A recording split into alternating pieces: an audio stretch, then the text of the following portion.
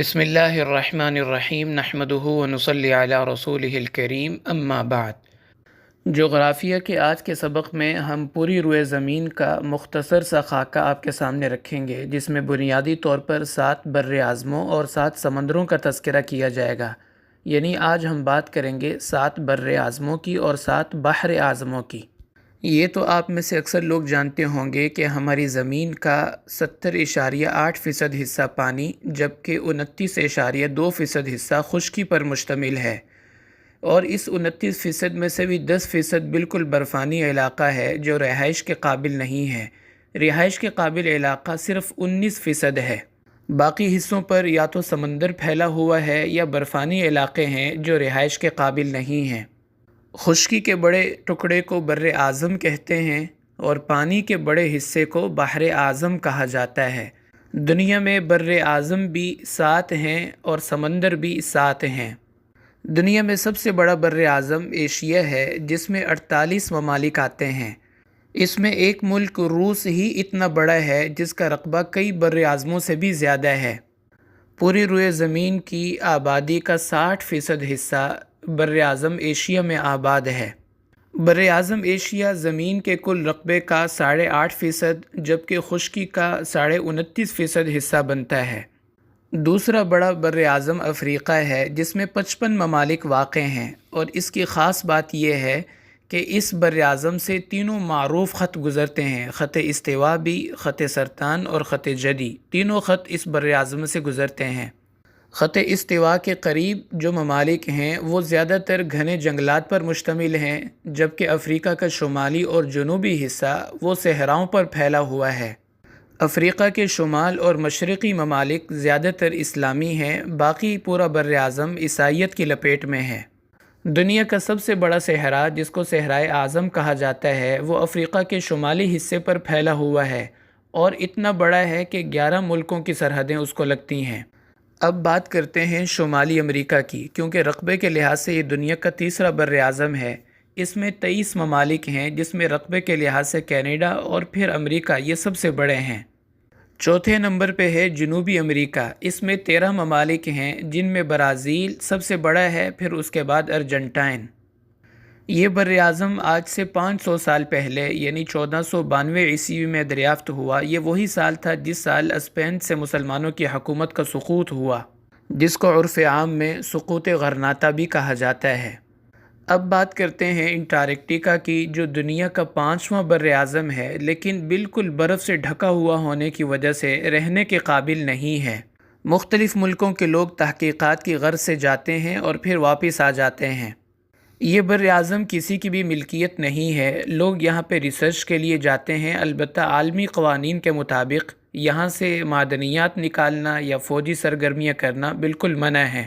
اس کے بعد ہم بات کرتے ہیں یورپ کی، جو دنیا کا 6واں بر اعظم ہے۔ اس میں 27 ممالک ہیں، جن کی مشترکہ فوجی اتحاد کو نیٹو کہا جاتا ہے۔ یہ بر اعظم چونکہ دنیا کے شمال میں واقع ہے، اس لیے یہاں زیادہ تر سرد موسم دیکھنے کو ملتا ہے۔ اب ہم بات کرتے ہیں دنیا کے 7ویں بر اعظم یعنی آسٹریلیا کی، جس میں 14 ممالک ہیں، اور یہ بر اعظم آج سے 250 سال پہلے یعنی 1770 میں دریافت ہوا۔ یہ رقبے کے لحاظ سے بھی اور آبادی کے لحاظ سے بھی دنیا کا سب سے چھوٹا بر اعظم ہے۔ اب ہم خشکی سے سمندر کی طرف آ جاتے ہیں۔ ہماری اس زمین میں سب سے بڑا جو سمندر ہے اس کو بحر الکاہل کہا جاتا ہے، انگلش میں پیسیفک اوشن اس کو کہتے ہیں۔ یہ ہماری کل زمین سے بھی بڑا ہے، یعنی اگر پوری خشک زمین کو اکٹھا کر لیا جائے، دنیا کے تمام بر اعظم اور ممالک کو ملا لیا جائے، یہ سمندر ان کے مقابلے میں پھر بھی بڑا ہے۔ اس کا کل رقبہ تقریباً 70 ملین مربع کلومیٹر ہے، اور یہ سمندر ایشیا اور امریکہ کے درمیان پھیلا ہوا ہے، یعنی امریکہ کے مغربی جانب اور ایشیا کے مشرقی جانب۔ اگر کوئی اس روٹ سے امریکہ سے سفر کرتے ہوئے ایشیا میں آنا چاہے تو اس کو 10,000 کلومیٹر کا راستہ سمندر میں طے کرنا پڑے گا۔ دنیا کا دوسرا بڑا سمندر اس کو بحر اوقیانوس یا اٹلانٹک اوشن کہا جاتا ہے۔ یہ افریقہ اور امریکہ کے درمیان ایس کی شکل میں ہے۔ اس کا رقبہ 35 ملین مربع کلومیٹر ہے، یعنی بحر الکاہل سے بالکل آدھا ہے، اور اسی طرح افریقہ سے لے کر امریکہ تک اس کی چوڑائی کہیں 5,000 کلومیٹر ہے اور کہیں 3,000 کلومیٹر ہے۔ تو یہ دنیا کا دوسرا بڑا سمندر ہے۔ دنیا کا تیسرا بڑا سمندر اس کو بحر ہند کہا جاتا ہے، جو بر اعظم ایشیا کے جنوب میں واقع ہے اور اس کا کل رقبہ 29 ملین مربع کلومیٹر ہے۔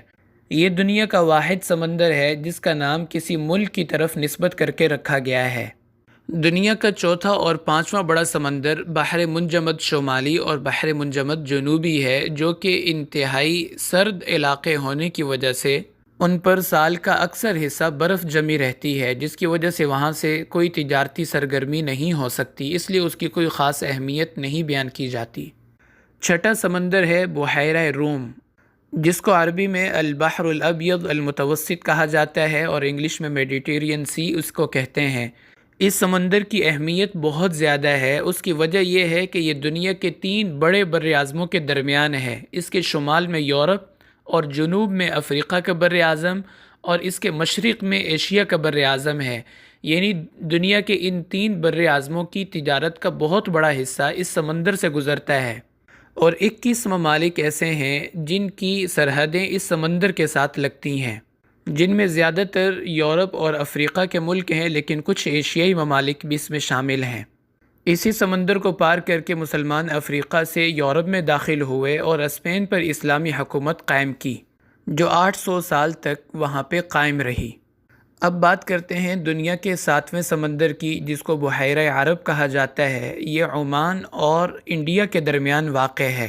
یہ سمندر در حقیقت بحر ہند کا ہی ایک حصہ شمار کیا جاتا ہے۔ تو یہ 7 سمندر اور 7 بر اعظم تھے جن کا آج ہم نے تذکرہ کیا۔ اس کے علاوہ چھوٹے چھوٹے جزائر یا چھوٹے چھوٹے سمندر دنیا کے اندر بے شمار ہیں، جن کا تذکرہ انشاءاللہ تفصیل کے ساتھ کسی اور وقت کروں گا۔